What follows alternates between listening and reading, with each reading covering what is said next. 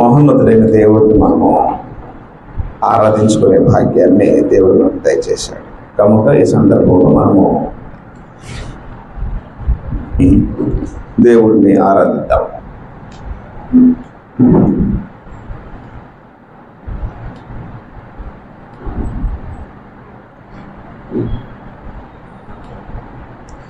ఈరోజు ఓ ప్రాముఖ్యమైనటువంటి విషయాన్ని మనం నేర్చుకుందాం. ప్రాముఖ్యమైన విషయం అన్నాం కాబట్టి అటెన్షన్గా వినాలి.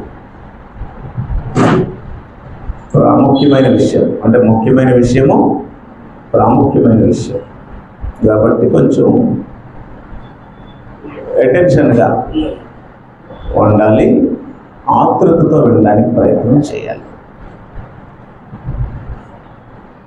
ఎందుకు అంటే మనము దేవుని బిడ్డలు, దేవుని పిల్లలు కాబట్టి ఈ మాటలు, ఈ విషయాలు మనం చాలా క్లియర్గా చక్కగా తెలుసుకోవాల్సిన అవసరం. ఈరోజు నేను మీకు ఏం తెలియచేయాలనుకుంటున్నాను అంటే ఆరాధించడం ఎలా అనే విషయాన్ని తెలియజేస్తాను. ఆరాధించడం ఎలా అనే విషయాన్ని తెలియజేస్తాను. సహజంగా మనకి ఆరాధన అన్నా ఆరాధించడం అన్నా అర్థమైన విషయాలు ఏంటి అంటే క్రీస్తు సంఘమై ఉండాలి. అందులో 5 అంశాలు ఉండాలి. ఈ 5 అంశాల్లో మొదటి నుండి చివరి వరకు ఉండాలి అన్నది మనకు బాగా తెలిసినటువంటి విషయం. మనం ఏ సంఘమై ఉండాలి? క్రీస్తు సంఘమై ఉండాలి. ఆరాధనలో 5 అంశాలు ఉండాలి. ప్రార్థన, పాటలు, వాక్యము, ప్రభురాత్రి భోజనము, కానుకలు, ఇలాగా 5 అంశాలు ఉంటే క్రీస్తు సంఘమై ఉంటే మనం ఆరాధన చేసినట్టు ఒక రకమైనటువంటి భావన, ఫీలింగ్ మనకు ఉంటాయి. ఇందులో ఇంకొంతమంది ఎలా తయారయ్యారంటే 5తో పనేమి లేదు కానీ 1-2 నేను వెళ్ళి కలిసిపోతే చాలు అన్నట్టు కొంతమంది తయారయ్యారు. అంటే పాటలకు ఉండరు, ప్రార్థనకు ఉండరు, ప్రారంభ ప్రార్థనకు ఉండరు, పాటల్లో ఉండరు, ప్రభురాత్రి భోజనం జరుగుతున్న టైంలో కానీ వాక్యం మధ్యలో కానీ వచ్చి మిగతా సంఘ సభ్యులు పక్కన కూర్చొని వారు ఆ రొట్టెను ద్రాక్షరసమును తీసుకొని కానుకలు వేసి మేము ఈరోజు ఆరాధన చేశాము, నిబంధన మీరిపోలేదు అన్న భావంతో ఒక సాటిస్ఫాక్షన్ ఫీల్ అయ్యి, ఒక సంతృప్తి ఫీల్ అయ్యి మేము ఈరోజు రొట్టె విరిచాము, ఆరాధన చేసాం అనుకుని వెళ్ళిపోతాం. ఇందులో ఇంకొంతమంది ఎలాగుంటారు అంటే, మరొక కేటగిరీ మనుషులు ఎలాగుంటారు అంటే, మేము రాలేము కానీ మీరు వెళ్ళినప్పుడు మాకు కొంచెం రొట్టె ద్రాక్షరసం తెచ్చేయండి అని ఇంటికి తెప్పించుకొని రొట్టెలు ద్రాక్షరసమును వారు వ్యక్తిగతంగా ప్రార్థన చేసుకొని స్వీకరిస్తారు. వీరు ఆరోగ్యవంతులు, జబ్బున్న మనుషులు కాదు, మంచాన్ని పట్టిన వారు కాదు. ఇలాంటి వారు కూడా క్రీస్తు సంఘాల్లో ఉన్నారు. వీరు ఏం చేస్తారంటే ఆ ప్రభురాత్రి భోజనం, ఆ రొట్టె ద్రాక్షరసం దొరికితే మాకు ఈరోజు ఆరాధన అయిపోయింది అని ఫీల్ అవుతారు. ఇందులో ఇంకొక కేటగిరీ ఉన్నారు. వారేంటంటే ఒక స్థానిక సంఘంతో సంబంధం లేకుండా, ఒక స్థానిక సంఘంలో సభ్యత్వం లేకుండా గాలిలో తిరుగుతూ ఏవేవో రకరకాలైనటువంటి పనుల్లో నిమగ్నమై ఉంటూ కాలాన్ని తమ వ్యక్తిగతమైన లాభం కోసం వినియోగించుకొని ఆ ఆదివారం అయ్యేసరికి ఎక్కడో అక్కడ ఇన్ఫర్మేషన్ లేకుండా వెళ్ళి దూరిపోయి మనుషుల మధ్యలో కూర్చొని కలిసిపోయి వారితో రొట్టెలు చేస్తే ఆ పూటకి, ఆ ఆదివారానికి మా ఆరాధన అయిపోయిందనే భావంతో ఉన్న కేటగిరీ మనుషులు ఉన్నారు. ఈ రకంగా అనేక మంది ఆరాధన అంటే ఏంటో, ఆరాధన యొక్క భావం ఏమిటో, ఆరాధన యొక్క ఉద్దేశం ఏమిటో, ఆరాధన వ్యక్తి యొక్క లక్ష్యం ఏమిటో, ఆరాధించవలసిన వ్యక్తి పొందవలసిన లక్ష్యాలు ఏమిటో తెలియకుండా ఎక్కువ మంది ఆరాధనకు వస్తుంటారు. అయితే ఇక్కడ ప్రత్యేకంగా మనం తెలుసుకోవాల్సిన విషయం ఏంటంటే, ఆరాధించవలసిన స్థలము క్రీస్తు సంఘమే, అందులో డౌట్ ఏం లేదు. క్రీస్తు సంఘానికి వెలుపల అది ఎంత పెద్ద సంఘమైనా, అది ఎంత పెద్ద భవనమైనా, అది ఎంత గొప్ప వ్యక్తి చేత నడిపింపబడినా, అక్కడ ఎన్ని లక్షలు చందాలు వచ్చినా, ఎంతమంది కూడుకున్నా సరే అక్కడ దేవుడు ఆరాధనను అంగీకరించడు. మహోన్నతుడైన దేవుడు ఆరాధనను అంగీకరించే స్థలము క్రీస్తు సంఘమే. అయితే దేవుని ఆరాధించే స్థలము, దేవుణ్ణి ఆరాధించే స్పాట్ క్రీస్తు సంఘమని ఒక సువార్థికుడికి తెలిస్తే అప్పుడు ఆ సువార్థికుడు దేవుణ్ణి ఆరాధించే మనుషులను తయారు చేస్తాడు, తయారు చెయ్యాలి కూడా. అలాగా ఏ సువార్థికుడైతే దేవుని ఆరాధన కొరకు ఆరాధకుల్ని అంటే ఆరాధించే వారిని తయారు చేస్తాడో అది క్రీస్తు సంఘం. అక్కడ దేవుడు ఆరాధించబడతాడు. బోర్డు క్రీస్తు సంఘం నుండి క్రీస్తు సంఘం యొక్క నిర్మాణం తెలియకుండా, క్రీస్తు సంఘం యొక్క విలువలు తెలియకుండా, క్రీస్తు సంఘం యొక్క నడిపింపు తెలియకుండా కుటుంబ పాలనతో కానీ, వారి పిల్లలు, వారి కొడుకులు, అల్లుళ్ళు, వారికి సంబంధించిన వ్యక్తుల చేత కానీ క్రీస్తు సంఘం నడిపింపబడినట్లయితే అది వారి కుటుంబ సంఘం అవుతుంది, క్రీస్తు సంఘం కాదు. అలాంటి సంఘానికి క్రీస్తు సంఘం అని పేరు బయట బోర్డున్నా సరే అక్కడ దేవుడు మహిమపరచబడడం. ఎందుకంటే దేవుడు నిర్ణయించిన క్రీస్తు సంఘము తన మహిమ వరకు ఎలా పనిచేయాలో, తన మహిమ వరకు పనిచేసే మనుషులు ఎలాంటి వారై ఉండాలో, అలాంటి మనుషుల్ని తయారు చేసే సువార్తలు ఎలాంటి వారై ఉండాలనే విషయము గ్రంథంలో దేవుడు క్లియర్గా రాయించాడు పరిశుద్ధాత్మ చేత. కాబట్టి ఈ ఆరాధనకు సంబంధించిన ప్రాథమిక విషయాలు, దేవుని మహిమ కొరకు ఆరాధించవలసిన వ్యక్తుల్ని తయారు చేసే ఈ ప్రాథమికమైనటువంటి విషయాలు ముఖ్యంగా బోధకులకు తెలియవలసిన అవసరం. ఎందుకంటే బోధిస్తున్నటువంటి మేమే దేవుణ్ణి ఆరాధించే వ్యక్తులుగా మిమ్మల్ని తయారు చేయవలసి ఉంది. మరో భయంకరమైన విషయం ఏమిటి అంటే, నేను చెప్పే ఈ కేటగిరీస్ లో క్రీస్తు సంఘాలలోనే సువార్తలుగా పనిచేస్తూ మేము సత్యమైన సంఘంలో ఉన్నాం, మాదే సత్యమైన సంఘం అని చెప్పుకునే వారిలో సువార్తికుల్లో చాలా వరకు వారి భార్యలు కానీ బిడ్డలు కానీ బాప్తిసాలు పొందిన వారు ఉన్నారు, పెళ్ళిళ్ళు కాని వారు ఉన్నారు.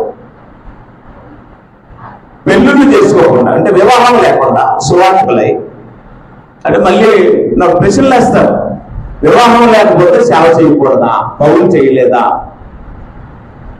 పేతులు ఎవరు మిగతా వారు చేయలేదా అని ప్రశ్నలు వేస్తారు. ఒక వ్యక్తి వివాహానికి ముందు సేవ చేయాలనే నిర్ణయం కలిగి ఉండడం మంచిదే, కానీ అతను వివాహం అయిన తరువాత దేవుని సేవ చేయడం అనేది ఇంకా మంచిది. ఎందుకంటే భార్య లేనివాడు సంఘాల్లో ఉండే సహోదరుల యొక్క భార్యలకు ఏ అనుభవ జ్ఞానంతో వారికి చెప్పగలడు. కాబట్టి డెఫినెట్ గా విశ్వాసురాలైన భార్య సువార్తకుడు ఉండాలి.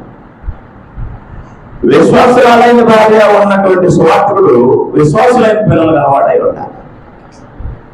విశ్వాసులైన పిల్లలు కలవాడై ఉండి తన కుటుంబాన్ని ఆరాధించుకోవడానికి నడిపించగలిగిన వాడైతే, ఆరాధన చేసే క్రీస్తు సంఘంలో అలాంటి సువార్తకుడు తన భార్య బిడ్డలతో అటెండ్ అయ్యి వారి కుటుంబం అక్కడ కలిసి మిగతా కుటుంబాలతో ఆరాధించగలిగినట్లయితే అప్పుడు దేవుడు సంతోషిస్తాడు. కానీ చాలా మంది ఏం చేస్తున్నారు అంటే కులాన్ని బట్టు, ధనాన్ని బట్టు, ఉద్యోగాలను బట్టు అన్యుల్ని, మత శాఖల వారిని వివాహాలు చేసుకొని వీరు క్రీస్తు సంఘ సేవకులుగా ఉంటూ సంఘానికి నీతులు చెప్పి ఆ నీతి విషయంలో, వారి కుటుంబం విషయంలో ఆ నీతిని కోల్పోయే పరిస్థితుల్లో దేవుడు వాక్యాన్ని చెప్పడానికి తయారవుతున్నారు. ఇది మరీ భయంకరమైన విషయం. ఇలాంటి అనేక రకాలైనటువంటి కేటగిరీస్ గలవారు ఉన్నారు. కాబట్టి ఈరోజు మనం ప్రత్యేకంగా తెలుసుకోవాల్సినటువంటి విషయం ఏమిటి అంటే ఆరాధన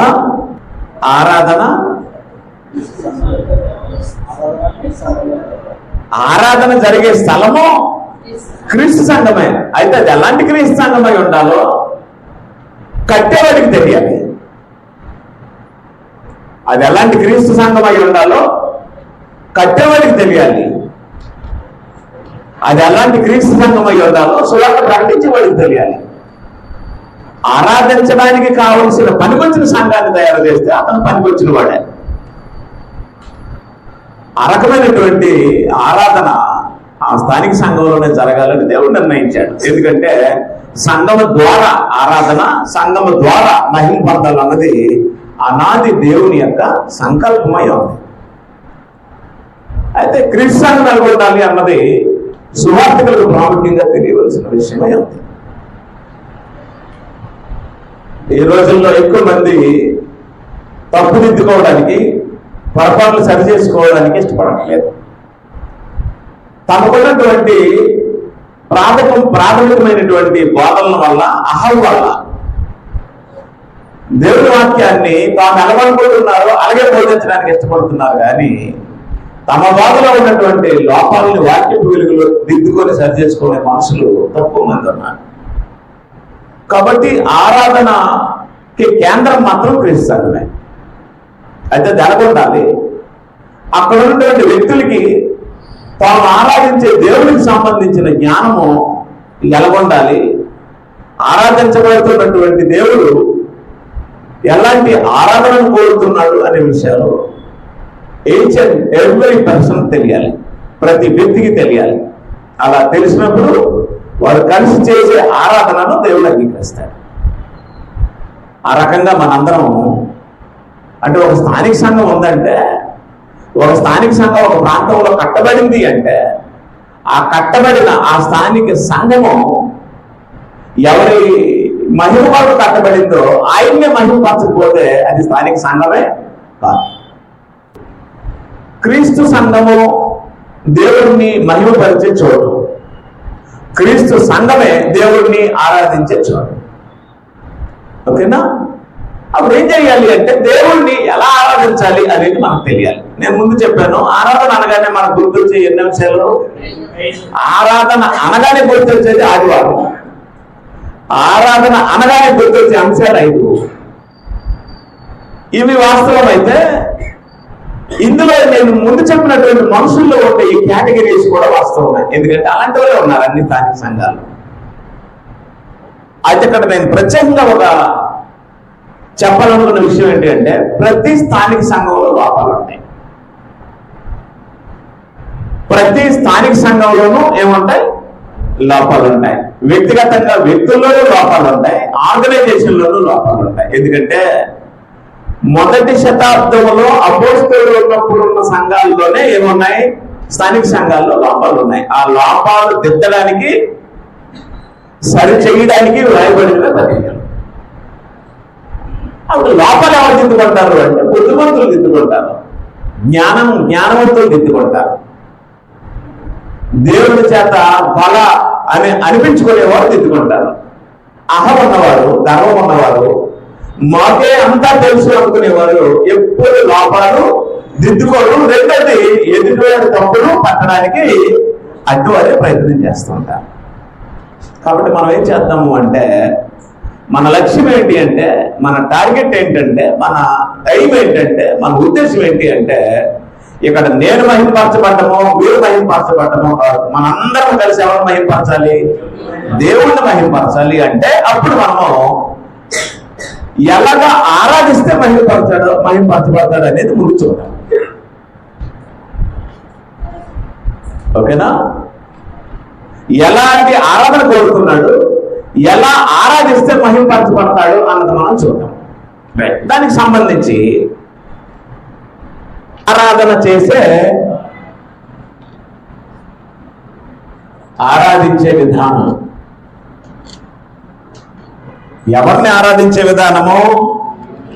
మహోన్నతుడైన దేవుని ఆరాధించే విధానం. మహోన్నతుడైన దేవుని ఆరాధించే విధానం. సరే, ఇప్పుడు నా వైపు చూడండి. ఆరాధన అనేది మనం అనుకున్నట్టు జరుగుతుందా, ఆయన కోరుకున్నట్టు జరగాల? ఆరాధన అనేది ఆయన కోరుకున్నట్టు జరగాలి. కారణం ఏంటంటే కోరేవాడు ఆయన. యోహాను సువార్త 4వ అధ్యాయము 24వ వచనంలో దేవుడు ఆత్మ కనుక ఆయనను ఆరాధించేవారు ఆత్మతోను సత్యముతోను ఆరాధింపవలెను. తనను ఆరాధించేవారు అట్టివారే కావాలని తండ్రి కోరుచున్నాడు అని రాసి ఉంది. ఆరాధన కోరేవాడు తండ్రి. మళ్ళీ చెప్తున్నాను, ఆరాధన కోరేవాడు తండ్రి. ఇద్దరు తండ్రులు లేరు, మనకు ఒక్కడే తండ్రి. ఎఫెసీయులకు రాసిన పత్రిక 4వ అధ్యాయం 6వ వచనంలో మనకొక్కడే తండ్రి, ఇద్దరు తండ్రులు లేరు. యేసే యెహోవా కాడు, యెహోవా వేరు, యేసు వేరు. యేసే 3 పాత్రలు వేసిన వాడు కాడు. యేసులో పాత్ర వేరు, యెహోవా దేవుడి పాత్ర వేరు, పరిశుద్ధాత్మ పాత్ర వేరు. 3 పాత్రలు యేసే వేయలేదు. యేసే అయ్యి కాడు అంటే తండ్రి కాడు, యేసుకే అయ్యి ఉన్నాడు అంటే తండ్రి ఉన్నాడు. కాబట్టి చాలా మంది ఏమనుకుంటున్నారు అంటే ఎవరిని ఆరాధించాలో తెలియదు. కాబట్టి ఇప్పుడు నేనేం చెప్పాలనుకుంటున్నానంటే ఆరాధన చేసే విధానం ఏంటి? ఆరాధన కోరేవాడు మనకు నచ్చినట్టు ఆరాధన కోరుతున్నాడా, ఆయనకు నచ్చినట్టు ఆరాధన చేయమంటున్నాడా?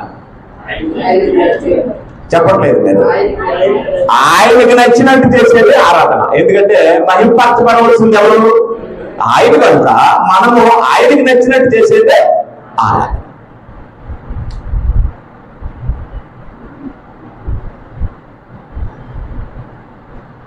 ఆరాధన యాంత్రికమైనదా, నేర్చుకునేదా, పుట్టేదా? ఆరాధన అనేది యాంత్రికమైనదా, నేర్చుకునేదా, పుట్టేదా? అడుగుతున్నాను.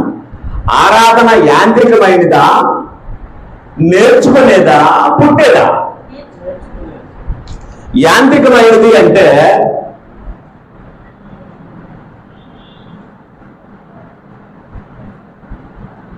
ఇలా తిరుగుతుంది అన్నమాట.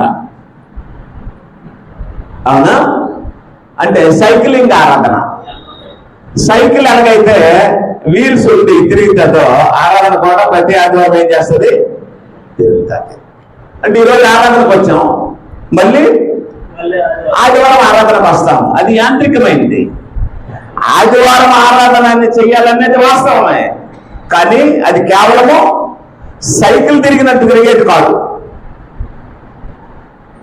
మళ్ళీ ఇందులో ఈ సైకిల్ తిరిగిన దాంట్లో కొంతమంది మానేస్తుంటారు. ఆదివారము ఆరాధించడానికి రాకపోవడం ఎంత పాపమో ఈ మానేసిన తెలియట్లేదు. నేనేం చెప్తానంటే,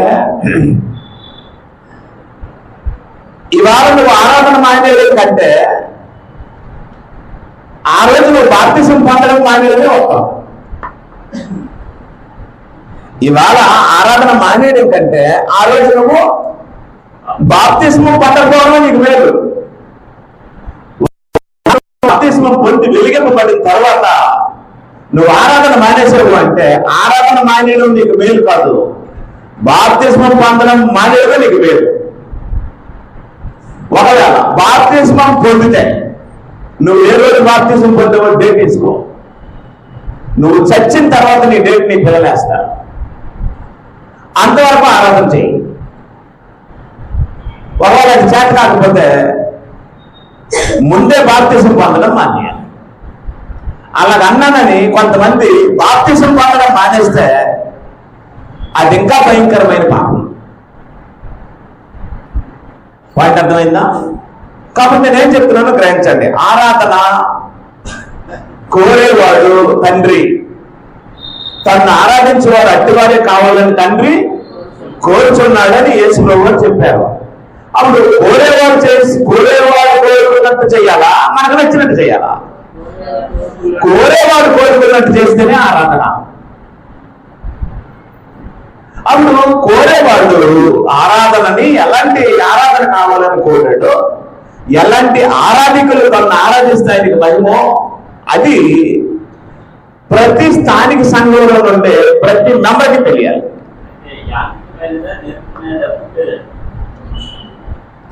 ఆరాధన యాంత్రికమైనదా, నేర్చుకునేదా, పుట్టేదా? రైట్. చేప యాంత్రికంగా నీటిలో ఉంటుందా, ఈత నేర్చుకుంటుందా, నీటిలోనే పడుతుందా? దానికి ఈత నేర్పాలా? అర్థం అవ్వట్లేదు మీరు. దానికి ఈత నేర్పాలా? దానికి నీటిని పరిచయం చేయాలా? అవసరం లేదు. దాని విధులు దానికి నేర్పాల్సిన అవసరము లేదు. కాబట్టి ఇప్పుడు చెప్పండి, ఆరాధన యాంత్రికమైనదా అంటే అందరూ వెళ్తున్నారు కాబట్టి నేను వెళ్ళాలి బాగోదు, అందరూ అక్కడ రోడ్డు వేస్తారు నేను అనుకుంది బాగోదు, నేను కిందటి ఆదివారం కూడా మానేశాను, ఈ ఆదివారం కూడా మానేస్తే మొహం చెల్లదు, చెయ్యి అంటారు. సువార్థికుడు నా మొహం చూసి నా మొహం చూడలేడు, నేను ఆయన మొహం చూడలేను అనుకుని అభిమానం ఫీల్ అయిన వాళ్ళు కూడా ఉంటారు, సిగ్గు ఫీల్ అయిన వాళ్ళు కూడా ఉంటారు. వారికి నిజమైన ఆరాధించవలసిన లక్షణాలు ఉండవు.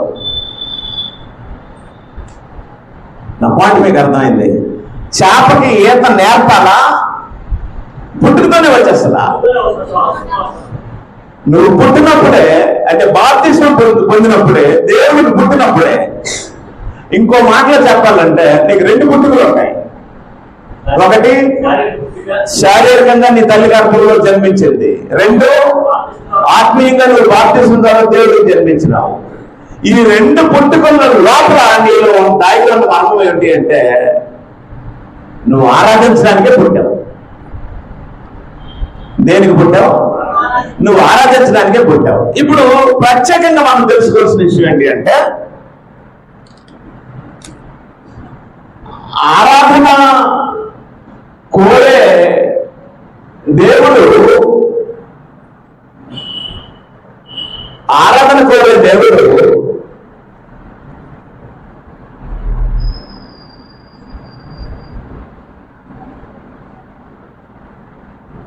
నీకేమున్నాయో అవి కోరడు. పాయింట్ మీకు అర్థమైంది. ఆరాధన కోరే దేవుడు నీకేమున్నాయో అవి కోరడు. అంటే మీ ధనం కానీ, మీ భూములు కానీ, మీ బంగారం కానీ, మీ కానుకలు కానీ, మీరిచ్చే బహుమానాలు కానీ, మీ పిల్లలు కానీ, మీకు సంబంధించిన మీ బిలాంగింగ్స్ ఏవైతే ఉంటాయో అవి కోరడు. మిమ్మల్ని పుట్టించిన దేవుడు మీ ఇంటిని కోరడం, మీ ఆస్తిని కోరడం, మీ భూములు కోరడం, మీ బంగారం కోరడం. ఇది గుర్తుంచుకోండి. రెండో విషయం ఏమిటి అంటే మీకేమున్నాయో అవి నాకు కావాలని కోరేవాడు దేవుడు కాడు. ఎందుకంటే ఆయన మనం ఇచ్చే వాటితో సంతోషించేవాడు కాడు. రెండో విషయం ఏమిటి అంటే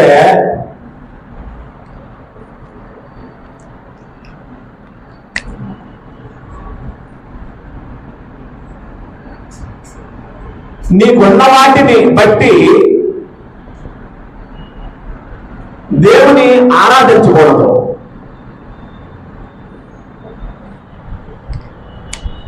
పిల్లలు ఇచ్చాడు, అందుకు దేవుడిని ఆరాధించడానికి రాకూడదు. ఉద్యోగం ఇచ్చాడు, అందుకు దేవుడిని ఆరాధించడానికి రాకూడదు. ఆరోగ్యం ఇచ్చాడు, అందుకు దేవుడిని ఆరాధించడానికి రాకూడదు. మంచి మార్పులు వచ్చాయి, అందుకు దేవుడిని ఆరాధించడానికి రాకూడదు. ఒకవేళ నీకున్న వాటిని బట్టే దేవుడిని కనపరచాలని, ఆరాధించాలని, పొగడాలని, మహింపరచాలని వస్తే రేపు అయిపోవచ్చు. నీకు చక్కని ఉద్యోగం ఇచ్చాడు, చక్కని ఇల్లు ఇచ్చాడు, చక్కని బిడ్డలు ఇచ్చాడు, చక్కని భార్యని ఇచ్చాడు, అన్నీ ఇచ్చాడు. ఇప్పుడు అనేక మంది బోధకుల బోధ ఏంటంటే దేవుడు మనకు అన్ని ఇచ్చాడు కాబట్టి మనము దేవుడి దగ్గరికి వెళ్ళాలి. దేవుడు మనకి అన్ని భౌతికంగా ఇచ్చి దీవించాడు కాబట్టి మనం కూడా దేవుడు తిరిగి ఇవ్వాలి. దేవుడు మనకి అన్ని ఇచ్చాడు కాబట్టి మనం అన్నింటిలో తిరిగి మళ్ళీ ఎలాగివ్వాలి? దేవుడికి ఇవ్వాలి అని తమకున్న వాటితో దేవుడిని ఆరాధించాలని, తమకున్న వాటిని బట్టి దేవుడిని ఆరాధించాలని చాలా మంది బోధిస్తున్నారు. ఆ ఉద్దేశంతోనే నమ్ముతున్నారు.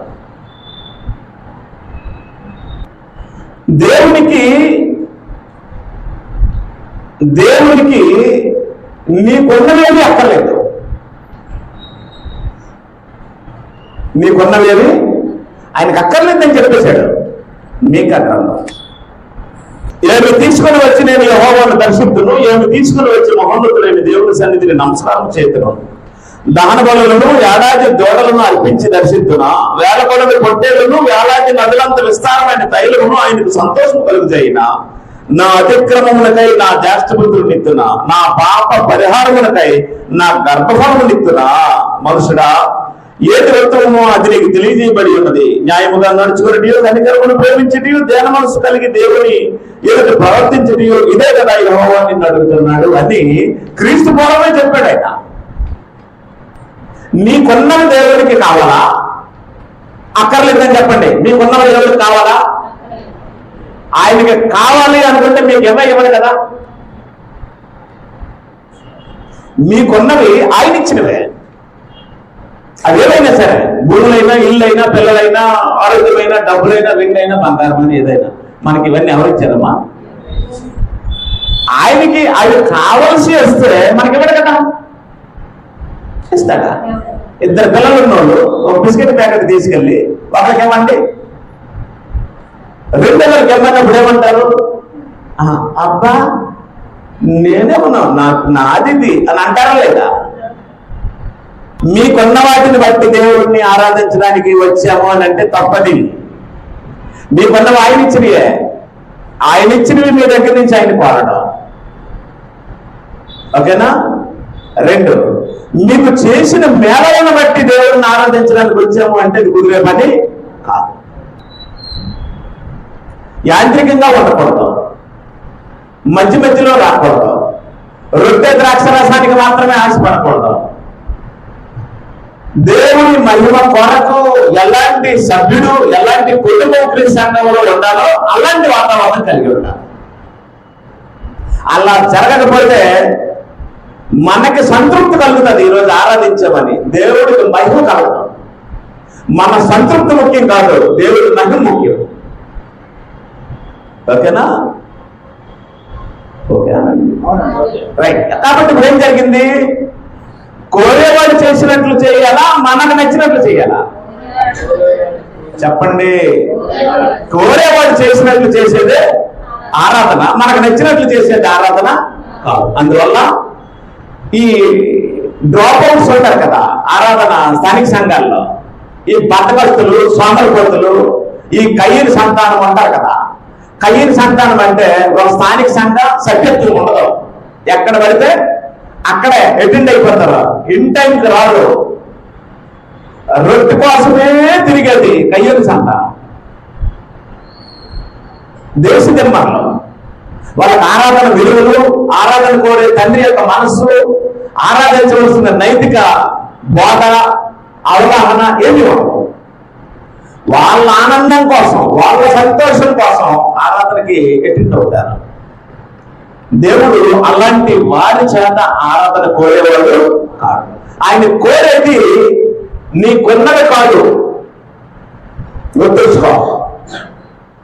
నీకున్నవన్నీ ఆయన ఇచ్చినవే, ఆయన ఇచ్చినవి మళ్ళీ ఆయన కోరడం. రెండోది, నీకున్న వాటిని బట్టి దేవుడిని ఆరాధించడానికి రాకూడదు. ఓకేనా? మరి ఏం కోరుతాడు? ఏం కోరుతాడు? నీకు మంచి ఇల్లు ఇచ్చాను, నువ్వు ఆరాధించడానికి రా అంటాడా? నీకు మంచి ఉద్యోగం ఇచ్చాను, ఆరాధించడానికి రా అని కోరాడా? కోరాడా? అలాంటి వాడు కాదు ఆయన. ఆయన ఏం కోరుతాడు అంటే నిన్నే కోరుతాడు.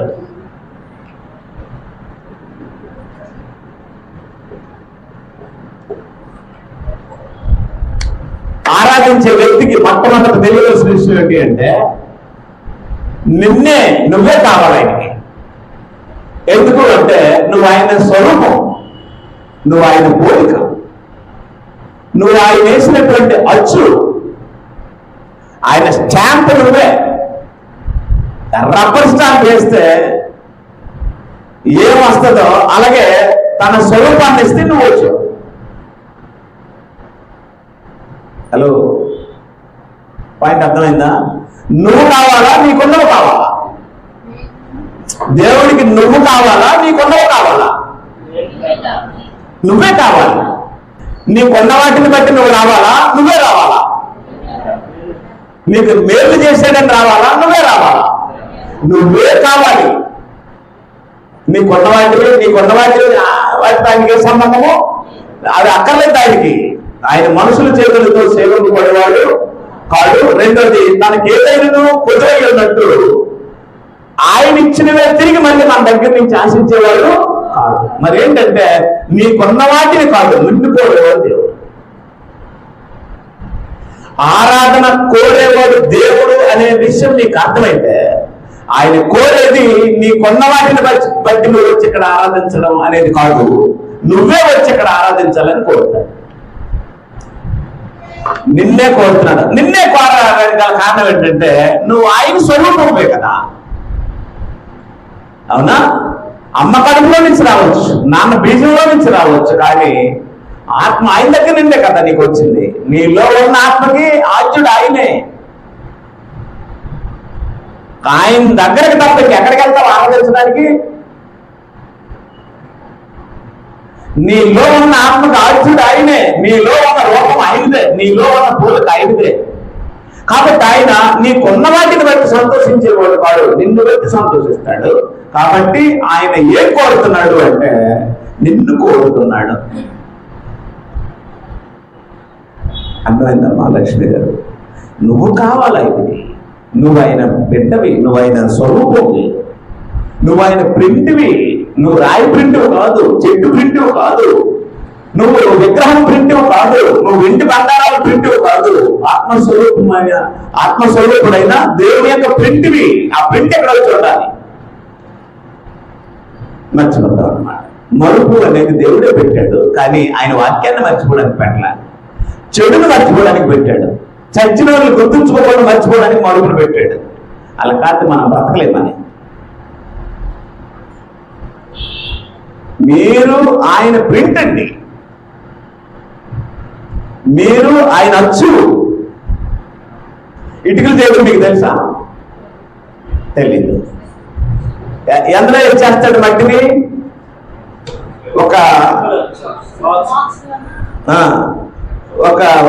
ఏంటది, ఒక మోడల్ ఉంటది కదా, అందులో మొట్ట తీసి ఏం చేస్తాడు? ఇలా తీసి తిరగేసేసి డొక్కు తీసేస్తాడు. ఏమొస్తుంది? అచ్చు వస్తుంది. అలా ఎన్ని చేస్తాడు?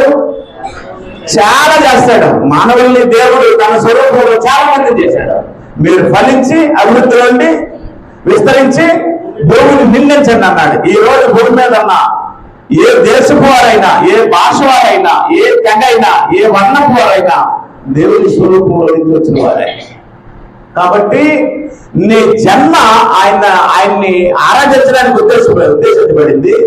నీ బాప్తిస్మము ఆయన్ని ఆరాధించడానికి ఉద్దేశించబడింది. అలా కాకపోతే ఆరాధన మానేయడం కంటే బాప్తిస్మం పొందడమే మానేయండి అని చెప్తాను నేను. ఎందుకంటే బాప్తిస్మం పొంది ఆరాధన మానేయడం పాపమే, బాప్తిస్మం పొందకుండా జీవించిన పాపమే. ఇది ఇంకా ఎక్కువ దుర్మార్గం. ఏది? బాప్తిస్మం పొంది ఆరాధన మానేయడం అనేది పొందకంటా ఉండే దానికంటే ఎక్కువ దుర్మార్గం. దేవుడు ఆరాధనలో దుర్మార్గులు ఉండాలని కోరుకోడు, యథార్థవంతులు ఉండాలని కోరుకుంటాడు. తను ఆరాధించేవారు యథార్థముగా ఆరాధించాలని కోరుకుంటాడు. యథార్థవంతులు అయితే బాప్తిస్మం పొందినప్పటి నుండి చచ్చినంత వరకు దేవుడు ఏం చేస్తారు? ఆరాధిస్తారు. ఈ యథార్థవంతులు రొట్టి టైంకి, పాటలు అయిపోయిన టైంకి, చివరిని కానుకలు వేసే టైంకి వెళ్ళి ఆ రొట్టె ద్రాక్ష రసం మిగిలిందో లేదని చూసి ఓడిపోవడం.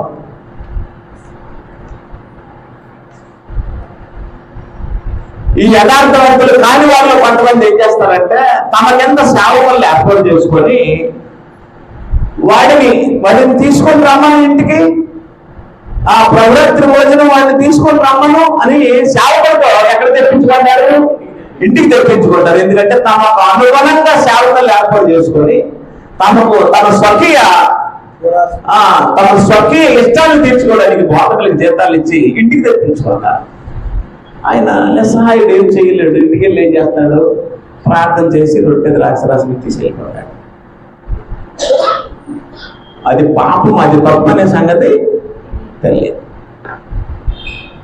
వెళ్ళొచ్చు ఇంటికి. ఎప్పుడు వెళ్ళాలి? రొట్టె ద్రాక్షరసం తీసుకోవాలి. సంఘం ఎప్పుడు వెళ్ళాలి? మీరు మర్యాద చెప్పారు. నీకు పోయే కాలం వచ్చినప్పుడు, నీకు రోగం వచ్చినప్పుడు, నువ్వు కాలు చేతులు పడిపోయినప్పుడు, నీకు పక్షవాతం వచ్చినప్పుడు, నువ్వు గురుడై మంచం మీద కిందకి దిగనప్పుడు, నీకు సెజరం చేసి కుట్లు వేసినప్పుడు, ఆపరేషన్ చేసి నల్లని పరిస్థితుల్లో ఉన్నప్పుడు,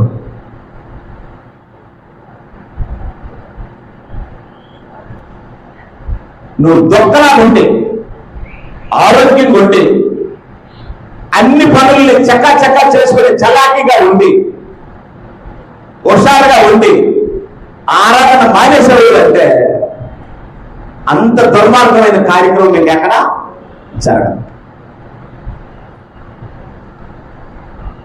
పాయింట్ అర్థమైందా? కాబట్టి నేనేం చెప్తున్నాను అంటే ఆరాధన కోరే దేవుడు ఎలాంటి ఆరాధన కోరుతున్నాడు అంటే ఆరాధించే వాడికి నీకున్న వాటితో సంబంధం లేదు. ఎందుకంటే నీకు అన్నవాడిని ఇచ్చిన వాడు ఆయనే. నువ్వు ఆరాధించే దేవుడు వాటిని బట్టి వచ్చి నన్ను ఆరాధించేది కోరేవాడు కాదు. అలాగైతే భక్తులు అన్నాడు, ఏమి తీసుకొని నీ సన్నిధికి వస్తానంటే ఏం అక్కర్లేదు అనేసాడు దేవుడు. I don't lead of your goods. తినండి, మీరు తినండి, బట్ట కట్టండి, బ్రతకండి. మీకు కలిగిన వాటిని బట్టి నన్ను ఆరాధించడానికి వస్తే అవి పోయినప్పుడు నన్ను వదిలేస్తారు. యోగ్యాలా అయిపోతారు పరిస్థితి. కాబట్టి కోరేవాడు కోరే ఆరాధన ఏంటి? ఎలాంటి ఆరాధన కోరుతున్నాడు? ఎలాంటి ఆరాధికులు ఆయన సన్నిధికి రావాలని కోరుతున్నాడు? ఎలాంటి వాడు వస్తే ఆయనకు మహిమ ఆయన చెప్పాడు. దాన్ని మనం తెలుసుకొని ఆయన్ని ఆరాధించాలి. కాబట్టి ఆరాధన అనేది యాంత్రికమైనది కాదు, ఆరాధన అనేది నేర్చుకునేది కాదు. ఆరాధన అనేది నీ హృదయంలో కొట్టాలి. ఆరాధనకి కేంద్రం ఏది? ఆరాధనకి కేంద్రం హృదయం. ఆరాధన స్థలము క్రీస్తు. ఆరాధనకి కేంద్రము హృదయం. ఆరాధించవలసిన స్థలము క్రీస్తు సంఘం. ఆరాధన మానేయడం కాదు సార్, ఆరాధన మధ్యలో వచ్చినా సరే అది అక్రమం. అది ఈడు ఎర్రోడైపోయి నిద్ర వదిలేసుకొని ఈడు ఇలా తిరగడానికి కారణం ఏంటంటే మీరు ఏదో డబ్బులు ఇస్తారని సొమ్మస్తుందని ఆరాధన చేసేవాడు కాదు. ఈడు నేను ఆరాధనకు వచ్చే స్థలానికి నాకంటే ముందు నా బ్రహ్మ ఉంటాడు. ఆరాధన చెయ్యాలని ఆరాధన ద్వారా మహిమ పొందాలని నన్ను పుట్టించిన నా దేవుడు రెడీగా ఎదురు చూస్తూ ఉంటాడు. అది నాకు ఎప్పుడో అర్థమైంది. మీరు ఈ ఆరాధన ఇక్కడ తీసేసి, అమ్మా హలో, ఈ ఆరాధన ఇక్కడ తీసేసి సీతంపేటలో పెట్టండి. అక్కడ అందరికంటే ముందు సాల్మన్ రాజు ఉంటాడు ఆరాధనకు వచ్చి. ఈ ఆరాధన సీతంపేటలో తీసేసి ఇచ్చవరంలో పెట్టండి. అక్కడ సాల్మన్ రాజు ఉంటాడు ఆరాధనలు అందరికంటే ముందు. ఎందుకు ఉంటాడు అంటే ఇది ఉద్యోగం కాదు, అది నా నైతిక బాధ్యత. నన్ను పుట్టించేవాడు, అందుకే పుట్టించాడు. అది నాకు అర్థమైంది. నేను చెప్పాను కదా, మన 2 జన్మల వెనకాల ఉన్న రహస్యం ఏమిటి అంటే ఆయన మహిమ కొరకే. ఎవరి మహిమ కొరకు? నీ జన్మ ఆయన మహిమ కొరకే ఉద్దేశించబడింది. ఆయన మహిమ కోసం పుట్టించాడు మనల్ని. యెషయా గ్రంథంలో ఆ మాట ఉంది. యెషయా గ్రంథము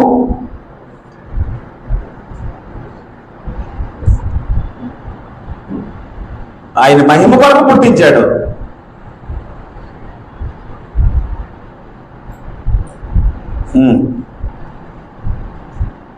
చూడండి,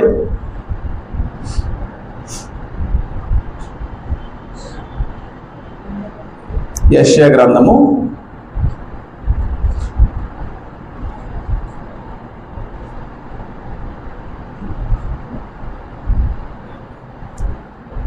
43:7.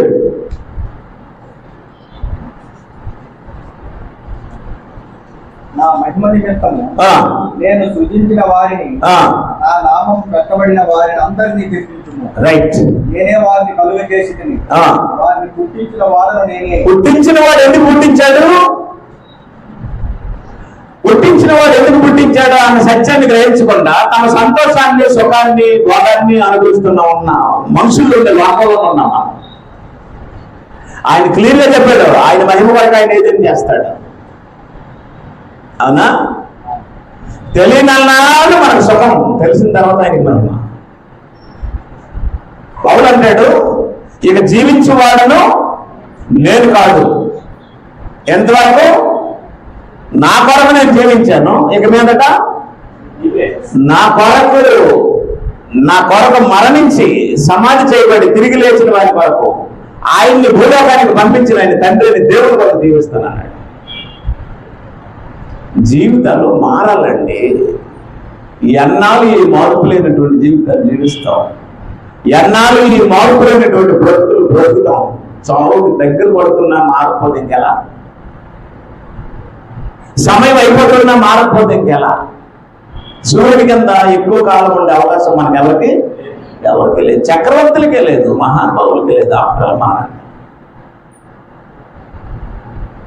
కాబట్టి ఇప్పుడు ఏం జరిగింది అంటే ఆయన తన మహిమ వరకు రెఫరెన్స్ గుర్తుంచుకోండి. యెషయా గ్రంథము 43:7.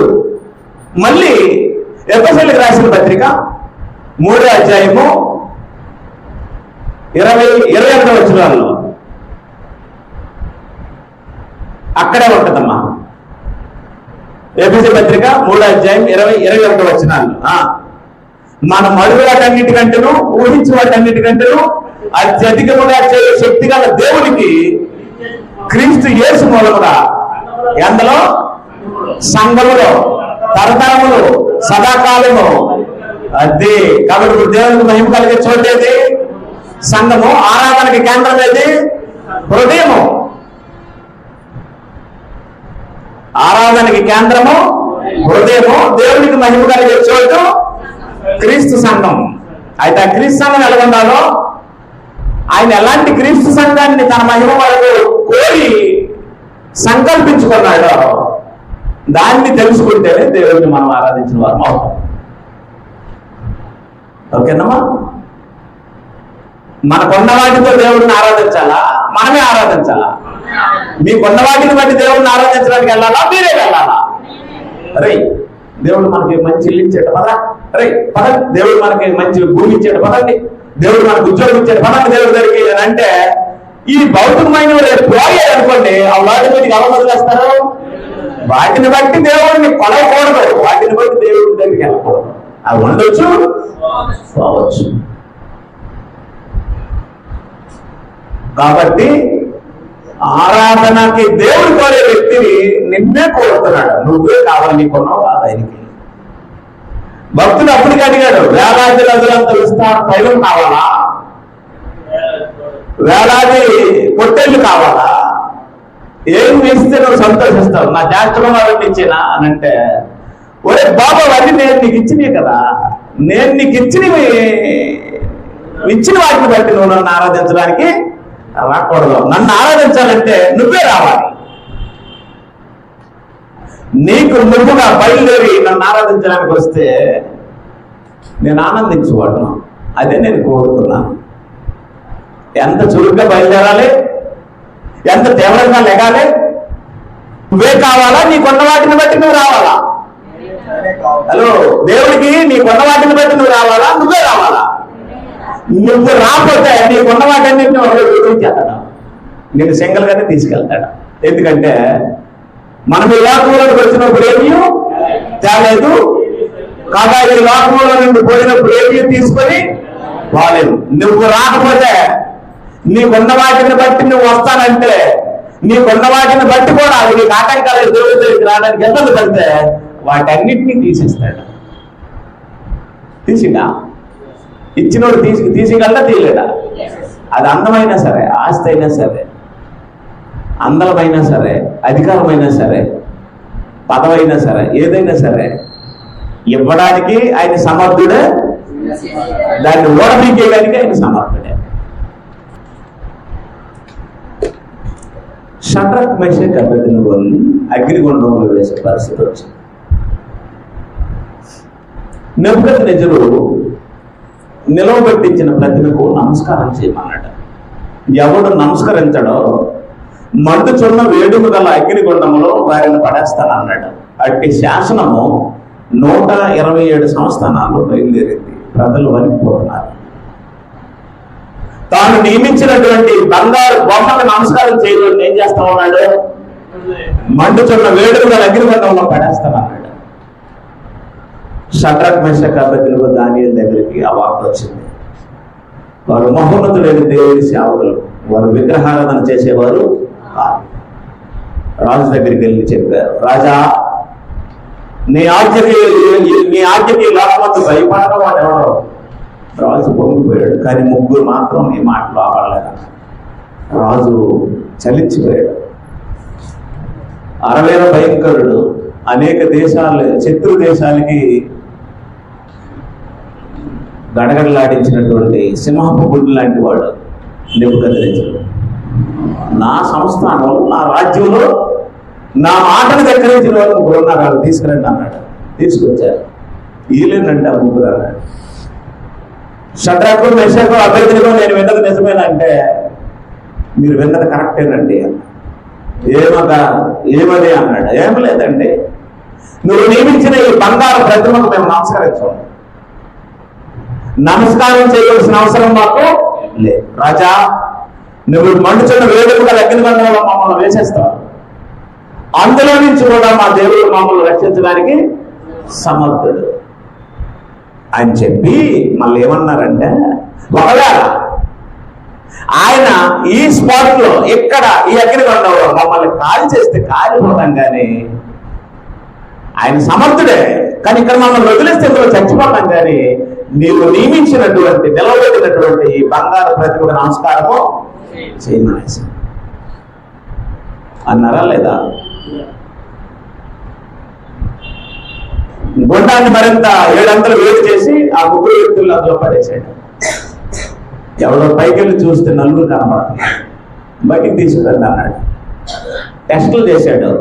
వారి వస్త్రాలకి మసి వాసన కానీ, పొగవాసన కానీ, అగ్ని వాసన కానీ, వారి వెంట్రుకలు ఎక్కడైనా కాలినట్టు కానీ కనిపించే టెస్టులు చేస్తే వెంట్రుక మాడిన వాసన కూడా వాళ్ళ దగ్గర రాలేదు. ఇదేమి షడ్రక్ మెషక్ అబేద్నెగో మీరు చనిపోలేదా అంటే, మేము ముందే చెప్పాము మా దేవుడు ఈ అగ్నిగుండం నుండి మమ్మల్ని రక్షించడానికి సమర్థుడు. నీవు నియమించిన ఈ బంగారు ప్రతిమకు మేము నమస్కారము చెయ్యము. దీని గురించి ఎక్స్ప్లెనేషన్ ఇవ్వాల్సిన అవసరం కూడా మాకు లేదు నీకు అనేసాడు. అప్పుడు రాజు గారిని విడిచిపెట్టి చెప్పాడు, మీరు దేవుడే దేవుడు తప్ప రావడం ఇంకొక దేవుడు లేడు అన్నాడు. ఇక్కడ రెండు వర్గాలు ఉన్నాయి. లూసి నా వైపు చూడు. మేము నమ్మిన దేవుడే దేవుడు, ఆయన్నే మేము ఆరాధిస్తామన్న స్వభావము ఇక్కడ పుట్టిన ఎవరు, ఆ తర్వాత నేర్చుకున్నాడు ఎవరు? షడ్రక్ మేషక్ అబేద్నెగోల హృదయాలు ఏర్పడుతుంది. ఒక్కడే దేవుడు తప్ప వేరొక దేవుడు లేడు అనేది వారి హృదయాల్లో పుట్టింది. వీళ్ళ దేవుడే తప్ప ఇంకొక దేవుడు లేదని ఆ సంఘటన తర్వాత రాజు నేర్చుకోవాలి. వాటిని అర్థమైందా? రైట్. ఇప్పుడు ఈ షడ్రక్ మేషక్ అబేద్నెగో దేవుడిని ఆరాధించడానికి వెళ్తారు కదా, తమను అగ్నిగుండం నుండి కాపాడినందుకు ఆరాధిస్తారా, ఆయన దేవుడే నన్ను ఆరాధిస్తారా? ఆయనే దేవుడు, ఆయన తప్ప ఇంకొక దేవుడు. అది ఆరాధన హృదయంలో పట్టడం అంటే భావన. మనకేం చేశాడో దాన్ని బట్టి మనం దేవుడిని ఆరాధించడానికి వెళ్తాము. దేవుడు కోరుకునేది కాదు. ఆయన ఏమై ఉన్నాడో ఆయన్ని అలాగే నిన్నెందుకు పుట్టించాడో నువ్వు ఇలాగే ఆయన్ని ఆరాధించడం ఆయన కోరుకుంటాడు. ఎందుకంటే ఆయన దేవుడు, మనం ఆయన స్వరూపం, ఆయన సృష్టికర్త, సృష్టిగా మనం ఆయన సంతానం. ఓకేనా? అర్థం అవ్వలేదా? అర్థమైతే, ఒకవేళ అర్థం అవ్వకపోతే ఈ వీడియో మళ్ళీ చూడండి. అర్థమైతే మీకున్న దేవుడిని బట్టి దేవుడిని ఆరాధించడానికి రాకండి, మీరే రండి. మీరే వస్తే ఎప్పుడు పడితే అప్పుడు రాకండి, మీరు కొన్ని సమయానికే రండి. మీరు వస్తే ఎలాంటి మనసుతో రావాలి అంటే ఈ రొట్టె ద్రాక్షరసం దొరుకుతుందని మాత్రం రాకండి. అలాగైతే ఎవరి మట్టుకు వాళ్ళు ఎవరింటి దగ్గర వాళ్ళు చేసుకోవచ్చు, అక్కడే తిరిగవచ్చు, అక్కడే త్రాగవచ్చు, అక్కడే ప్రార్థన చేసుకుని కానికేసేసి నెలనాడు తెచ్చి ఇక్కడ ఇచ్చేవచ్చు. క్రీస్తు సంఘం అలాంటిది కాదు. ఓకేనా? ఆయన కోరినట్లు చేయాలా, మనకు నచ్చినట్లు చేయాలా? మనకిచ్చిన వాటిని బట్టి ఆయన్ని ఆరాధించాలా, మనమే వెళ్ళి ఆయన్ని ఆరాధించాలా? మీ బిడ్డలతో ఆయనకి సంబంధం లేదు, మీ ఆస్తితో సంబంధం లేదు, మీ వెండి బంగారాలతో సంబంధం లేదు, మీ అన్న వస్త్రాలతో సంబంధం లేదు. మీకు ఇచ్చాడు, మీరు తినండి, అనుభవించండి. ఒకటి గుర్తుంచుకోండి, ఈ జన్మ ఆయన ఇచ్చింది, ఈ ఆత్మ ఆయన స్వరూపం, ఈ జీవితం ఆయన పెట్టిన భిక్ష, ఇదంతా ఆయన మహిమ కోసమే చేశాడు. పుట్టుక ఆయన వల్లే వచ్చింది, బాప్తిస్మము ఆయన వల్లే వచ్చింది. వీటి వెనుకున్న రహస్యం ఏంటంటే ఆయన నన్ను కోరుకుని పుట్టించాడు, నేను ఆయన దగ్గరికి వెళ్ళాలి, ఆయన కోరినట్టు ఆయనను ఆరాధించాలి. మనకేదో ఆయన మేలు చేసేటది మేలును బట్టి ఆరాధించకూడదు, మేలును బట్టి చేసేది ప్రార్థన, కృతజ్ఞతలు చెల్లించడం. కృతజ్ఞత వేరు, ఆరాధన వేరు. ఈ రెండింటికి తేడా తెలియని వాళ్ళు ఆరాధించలేరు. నీకు ఇద్దరు బిడ్డల్ని ఇచ్చాడు, కృతజ్ఞత చెల్లించు, కానీ ఆరాధించడానికి మాత్రం బిడ్డల్ని ఇచ్చినందుకే వచ్చానని అనుకో.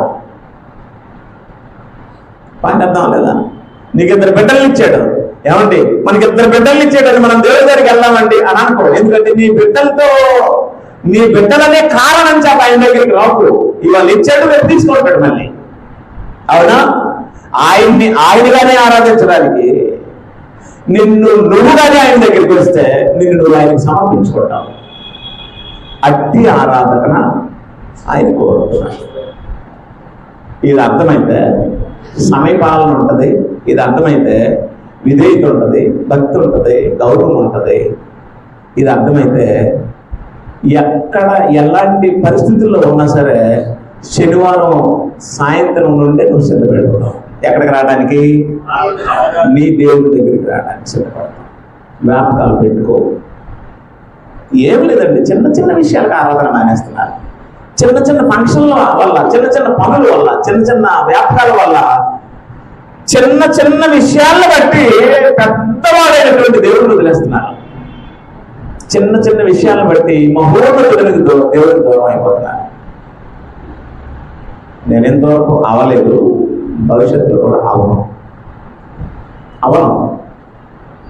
మరి మీ సొంత తమ్ముడే మరి పిల్ల కార్యం చేస్తుంటే నువ్వు రిసెప్షన్కి రాకపోతే ఎలాగంటే నా సొంత దేవుడి కంటే నా సొంత తమ్ముడు ఎక్కువ కాదని ఇస్తాను నేను. అలాగనంటే అన్నయ్య నీకు నాకు ఇవాళతో సరే అన్నాడు అనుకో, ఇవాళతో కాదు రేపు ఆదివారంతో సరేనే అంటాను నేను. నాకు నష్టమేమీ లేదు. నాకు ఆయన ముఖ్యం, నువ్వు కాదు. ఆయన తర్వాత నువ్వు. అలాంటి వ్యక్తులు ఆరాధించడానికి రావాలని కోరుకుంటున్నాను.